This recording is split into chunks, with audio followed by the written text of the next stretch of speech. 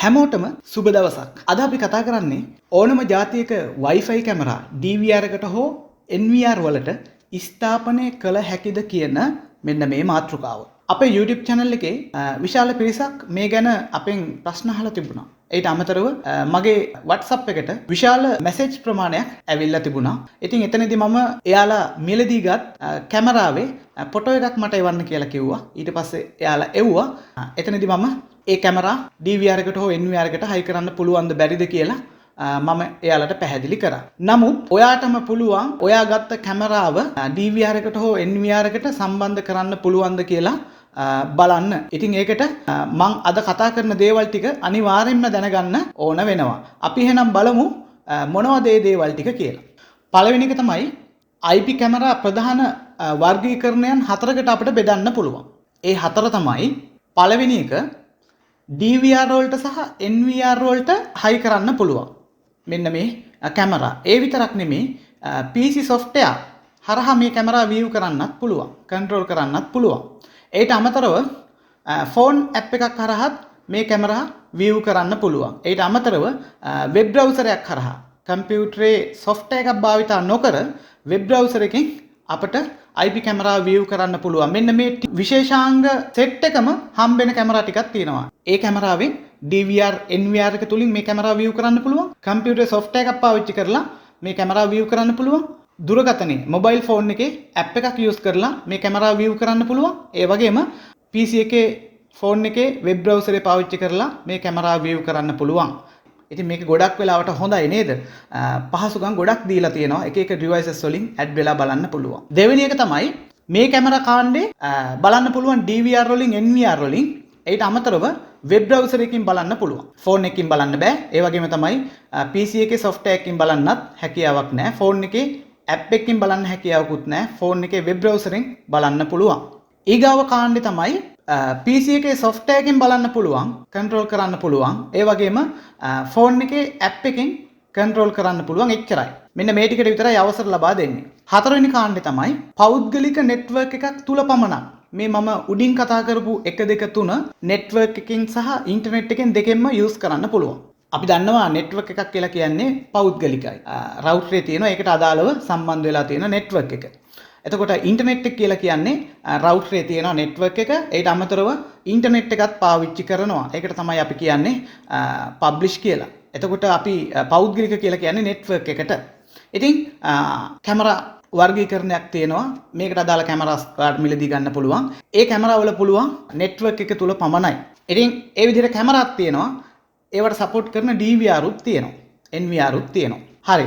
අපි දැන් බලමු මෙන්න මේ කාණ්ඩ හතර කොහොමද වර්ගීකරණය කරේ කියලා බලන නිර්ණායකය මොකක්ද කියලා තමයි මම දැන් මෙතනදී කතා කරන්නේ. දැන් මේ ටික මම ඔයාලට කිව්වට වැඩක් නැහැනේ. මේ වර්ගීකරණයන් හතරට කොහොමද මැච් වෙන විදිහට බලන්නේ කියලා ඔයා දැනගන්න ඕන. ඒකට ඔයා දැනගන්න ඕන IP කැමරාවේ තියෙන protocol type එක. IP කැමරාවල protocol type එක මොකද්ද? මොකද්ද මේ protocol type එක කියන්නේ? අපි ඒක ගැන අනිවාර්යයෙන්ම දැනගෙන ඉන්න ඕන. නැත්තම් ඔයා කැමරාවක් මිලදී ගත්තත් ඒක DVR එකට NVR එකට ෆෝන් එකෙන් ඒ වගේම PC එකෙන් softwares වලින් app එකෙන් web browser එකෙන් බලන්න බැරි වෙන්න පුළුවන්. ඒ විතරක් නෙමෙයි මම කලින් වීඩියෝ එකක් කරා දැන් අවුරුද්දක් විතර ඒකෙදී DVR එකක් තවත් DVR එකකට සම්බන්ධ කරන්නේ කොහොමද කියලා මම කතා කරා. ඉතින් ඒ DVR එකේ protocol type එක බැලුවේ නැත්තම් තවත් DVR එකක් ඊගා DVR එකට සම්බන්ධ කරන්න බැරි වෙනවා. ඉතින් protocol එක කියන එක ඊටමත් වැදගත්. අපි බලමු protocol එකෙන් අදහස් කරන්නේ මොකක්ද කියලා. protocol type එක යනු IP කැමරා සහ අනිකුත් ආරක්ෂක පද්ධති එකිනෙකා සමග අන්තර් ක්‍රියා කරන සහ ඒකාග්‍ර විය හැකි ආකාරය නිර්වචනය කරන ගෝලීය ප්‍රමිතියක්. සෑම IP කැමරාවකටම protocol type එකක් තිබෙන අතර එය කැමරාවට ප්‍රවේශ වීමේ අවසරය ලෙස සරලව හඳුන්වන්න පුළුවන්. පැහැදිලිනේ? protocol එකක් කියලා කියන්නේ මේ කැමරාවට ප්‍රවේශ වෙන අවසරයක්. නේද? ඒ අවසර type ගණනාවකින් අපිට බලා ගන්න පුළුවන්. DVR NVR PC ෆෝන් එකකින් මෙම කැමරාවලට ප්‍රවේශ වන්නේ නම් එම කැමරාවලට අදාළ ප්‍රොටෝකෝල් ඒ උපාංගවලට සමාන විය යුතු අතර ඒ උපාංගද මෙම ප්‍රොටෝකෝල් එකට සහාය දැක්විය යුතුය. උපාංග කියලා කියන්නේ DVR එකක්ද ෆෝන් එකක්ද PC එකක්ද මෙන්න මේවා තමයි උපාංග. ඒ කියන්නේ අනිවාර්යෙන්ම කැමරාවට ප්‍රොටෝකෝල් එකක් තියෙනවා. ඒ වගේම ඒක view කරන ප්‍රධාන වශයෙන් ගත්තොත් DVR එකට හෝ NVR එකටත් supporting protocols තියෙනවා. ඉතින් කැමරාවේ ප්‍රොටෝකෝල් එක තිබුණත් හැබැයි ඒක සපෝට් වෙන්නේ නැත්නම් DVR එකට එතනත් ප්‍රශ්නයක් තියෙනවා. එහෙනම් DVR එකක් ගද්දිනුත් සපෝට් වෙන ප්‍රොටෝකෝල් කීයක් තියෙනවද කියලා චෙක් කරලා ගන්න ඕන. නැත්නම් ඔයාට එක එක IP කැමරාස් හයි කරන්න බෑ හිතුමනාපෙට. ඒව බලලා තමයි IP කැමරාස් ගද්දී මිලදී ගන්න ඕන. ඒ වගේම තමයි IP කැමරා මිලදී ගද්දී ඔයා දැනගන්න ඕන මොන ඩිවයිසස් වලින්ද මේව බලන්න පුළුවන් කියලා. ඉතින් මේ ගැන අනිවාර්යයෙන්ම අවබෝධයක් ඇතුව තමයි DVR එකක් NVR එකක් මිලදී ගන්න ඕන. ඊට අමතරව IP කැමරාවක් මිලදී ගන්න ඕන. අපි බලමු ප්‍රොටෝකෝල් ටයිප් මොනවද කියලා. පළවෙනි එක තමයි ONVIF කියන ප්‍රොටෝකෝල් ටයිප් එක. ඉතින් මේ ප්‍රොටෝකෝල් ටයිප් එකේ තියෙන IP කැමරාවක් ඔයාට DVR එකකින් NVR එකකින් PC එකක තියෙන software එකක් පාවිච්චි කරලා ඒ වගේම ෆෝන් එකක තියෙන app එකක් පාවිච්චි කරලා බලන්න control කරන්න අවසර ලබා දෙනවා මෙන්න මේ protocol type එකේ. සරලවම කිව්වොත් DVR NVR වලින් බලන්න පුළුවන් PC එකෙන් බලන්න පුළුවන්. මොකද මේ කැමරාවට අදාළව software එකක් දෙනවා නේද? software එකක් ඒ ආයතනින් හදලා තියෙනවා. එතකොට PC එකෙන් බලන්න පුළුවන්. හැබැයි software එකක් PC එකෙන් බලන්න හදලා නැත්නම් බලන්න බෑ. ඒ වගේම තමයි ෆෝන් එකකට අනිවාර්යයෙන්ම තියෙනවා ඒ කැමරාවේ ඇප් එකක්. ඉතින් ඒ ඇප් එක හරහා බලන්න පුළුවන්. හැබැයි මෙන්න මේ ප්‍රොටෝකෝල් ටයිප් එක වුණොත් තමයි මෙන්න මේ ඩිවයිසස් වලින් බලන්න හැකියාවක් තියෙන්නේ. හරි. ඒ වගේම තමයි මේ ටයිප් එකේදී 8899 පෝට් එක මත මේක ධාවනය කරන්න හැකියාවක් තියෙනවා. හරි. අපි බලමු එහෙනම් ඊගාව ප්‍රොටෝකෝල් ටයිප් එක මොකක්ද කියලා. ඊගාව එක තමයි RTSP කියන ප්‍රොටෝකෝල් ටයිප් එක. ඉතින් මේ ප්‍රොටෝකෝල් ටයිප් එකේ තියෙන IP කැමරා කම්පියුටර් වලින් බලන්න පුළුවන්. ඒ වගේම තමයි ඉන්ටර්නෙට් ඇන්ඩ් නෙට්වර්ක් දෙකටම මේක සපෝට් වෙනවා. හරිනේ. දැන් උඩින් තියෙන ONVIF කියන එකත් ඉන්ටර්නෙට් එකට සහ නෙට්වර්ක් එක කියන දෙකටම සපෝට් වෙනවා. මේ IP කැමරා ගොඩක් වෙලාවට පාවිච්චි කරන්නේ ලයිව් අපිට බලන්න VLC ප්ලේයර් එකක් පාවිච්චි කරලා පරිගණකයෙන් බලන්න පුළුවන්. ඒ වගේම පරිගණකයට ඒවා රෙකෝඩ් කරගන්න පුළුවන්. ඉතින් ඒ වගේ වැඩවලට තමයි මෙන්න මේ ටයිප් එකේ තියෙන කැමරා මිලදී ගත යුත්තේ. හරි. අපි බලමු ඊගාව ප්‍රොටෝකෝල් ටයිප් එක මොකක්ද කියලා. ඊගාව ප්‍රොටෝකෝල් ටයිප් එක තමයි HTTP කියන ප්‍රොටෝකෝල් ටයිප් එක. ඉතින් මේ ටයිප් එකේ තියෙන කැමරාවක් ඔයාට වෙබ් බ්‍රවුසර් එකකින් තමයි view කරන්න සහ control කරන්න හැකියාවක් තියෙන්නේ. ඉතින් ඒකටම හදපු කැමරාවක් තමයි මෙන්න මේ type එකේ කැමරා.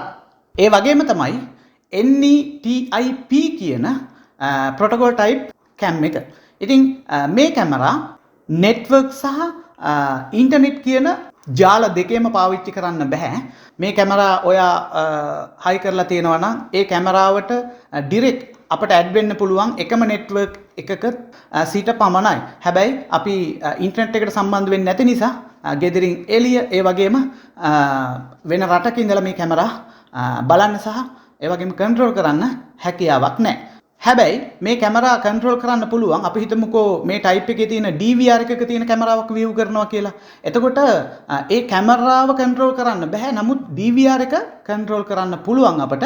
ඒ කියන්නේ ඔයාට අනිවාර්යයෙන්ම තේරෙනවා ඇති DVR එකේ කැමරා view වෙන්නේ මෙන්න මේ ප්‍රොටෝකෝල් ටයිප් එකෙන් කියලා. මොකද්ද ප්‍රොටෝකෝල් ටයිප් එක? NETIP කියන එක. අපි විස්තරේ බලමු. මෙම කැමරා පෞද්ගලික ජාලයක් තුල පිවිසීමට පමණක් අවසර ලබා දෙයි. network only. මම අර කලින් කියපු විදිහට DVR NVR එකේ NETIP අවසරය ඇතනම් ඒ කියන්නේ මේ ප්‍රොටෝකෝල් ටයිප් එකේ අවසරය තියෙනවා නම් මෙන්න මේ ප්‍රොටෝකෝල් ටයිප් එක නම් තියෙන්නේ DVR NVR එකිනෙකට ලින්ක් කිරීමේ හැකියාවක් ඇත. සාමාන්‍යයෙන් මේ ටයිප් එකේ IP කැමරාවක් 345/67 කියන පෝට් එකේ තමයි ධාවනය වෙන්නේ. ඒ වගේම තමයි මේ ප්‍රොටෝකෝල් ටයිප් එක ඉතාමත් වැදගත් වෙනවා motion detect. ඒ කියන්නේ චලන හඳුනා ගැනීමේදී ඉතා හොඳට ක්‍රියා කරනවා මෙන්න මේ ප්‍රොටෝකෝල් ටයිප් එකේ කැමරා. මොකද්ද ප්‍රොටෝකෝල් ටයිප් එක? NETIP කියන ප්‍රොටෝකෝල් ටයිප් එක. හරි. මෙන්න මේ ටික ඔයා දැනගෙන ඉන්න ඕන. මේ ටික ඔයා දන්නේ නැත්නම් ඔයා කැමරාවක් ගද්දින් ඔයා දන්නේ නැහැනේ කැමරාවේ ප්‍රොටෝකෝල් ටයිප් එක මොකක්ද කියලා. ඉතින් ඒක ඔයා නොදෙන සමහරක් වෙලාවට DVR එකට මේක හයි කරන්න යනවා. ඉතින් DVR එකට සපෝට් වෙයිද? DVR එකට හයි කරන්න පුළුවන් දෙයද? බැහැ. ඉතින් මේකට මැච් උන් නැතුනොත් ඒක කරගන්න බෑ. මෙන්න මේ තියෙන දේවල් අනිවාර්යයෙන්ම ඔයා නැවත නැවත අධ්‍යයනය කරන්න අවශ්‍ය වෙනවා. ඒ විතරක් නෙමෙයි මේ මම මේ කතා කරන ප්‍රසන්ටේෂන් එකේ PDF එකක් මෙන්න මේ වීඩියෝ එකේ යටින් link එකක් විදිහට දානවා. ඒක download කරගෙන අනිවාර්යයෙන්ම මතක තියාගන්න උත්සාහ ගන්න ඕන. ඉතින් තවත් පොඩි දෙයක් මතක් කරන්න ඕන. ඒ දේ තමයි අපි කැමරාවක් මිලදී ගද්දින් protocol type එක බලනවා. ඒ ඇයි මේ කැමරා view කරන්න පුළුවන් devices මොනවද කියලා. ONVIF කියන protocol type එක නම් කිසිම ගැටලුවක් නැහැ. DVR වලින් view කරන්න පුළුවන්. ඒ වගේම තමයි NVR වලින් view කරන්න පුළුවන්. ඒ වගේම කම්පියුටරෙන් view කරන්න පුළුවන් software එකක් පාවිච්චි කරලා. ඒ වගේම තමයි phone එකෙන් view කරන්න පුළුවන්, control කරන්න පුළුවන් app එකක් පාවිච්චි කරලා. හැබැයි web browser එකෙන් view කරන්න හැකියාවක් නැහැ. direct මේ කැමරාව view කරන්න බෑ web browser එකෙන්. ඒකේ IP address එක ගහලා. RTSP කියන protocol type එක ඔයා ගත්තොත් එහෙම DVR වලට NVR වලට නේද? PC එකේ software එකක් හරහා එහෙම නැත්නම් ෆෝන් එකේ ඇප් එකක් කරා මෙන්න මේ ටයිප් එක බලන්න බෑ. මෙන්න මේ කැමරාව ඔයාලට view කරන්න හැකියාවක් නැහැ. ඉතින් මේ කැමරා view කරන්න පුළුවන් වෙන්නේ අර මං කල් තියා කියපු විදිහට VLC player මෙන්න මේ වගේ තියෙනවා IP කැමරා view කරන්න පුළුවන් players ඒ වගේම software අන්න ඒවා පාවිච්චි කරලා පමණයි. එතකොට ඔයා මේ ටයිප් එකේ කැමරාවක් ගන්නවා නම් DVR එකට සම්බන්ධ කරන්න ඒක වැරදි වැඩක්. ඒක හරියන්නේ නැහැ. ඒ වගේම තමයි HTTP කියන protocol type එකේ කැමරාවක් ඔයා ගත්තොත් එහෙම ඒකත් වැරදි වැඩක්. මොකද DVR එකට හෝ NVR එකට ඔයා සම්බන්ධ කරන්න හිතාගෙන ගන්නවා නම් ඒකත් හරියන වැඩක් නෙමෙයි. ඒක web browser එකකින් විතරයි view කරන්න හැකියාවක් තියෙන්නේ. ඒ වගේම NETIP කැමරා DVR වලට සහ NVR වලට support වෙනවා. ඒකේ කිසිම ගැටලුවක් නැහැ.